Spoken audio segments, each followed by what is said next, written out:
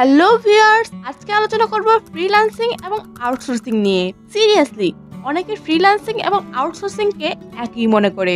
সত্যি বলতে এমন পাবলিকের একজন আমিও ছিলাম। তবে রিসেন্টলি আমি জানতে পেরেছি ফ্রিল্যান্সিং এবং আউটসোর্সিং দুটি পদ্ধতিগতভাবে ভিন্ন।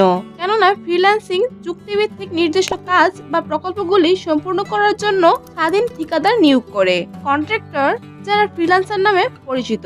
অন্যদিকে আউটসোর্সিং এ ব্যবসার নির্দিষ্ট ফাংশন পরিচালনা করার জন্য তৃতীয় পক্ষের থার্ড পার্টি অর্থাৎ থার্ড পার্টি কোম্পানিগুলোর সাথে অংশীদারিত্বে জড়িত।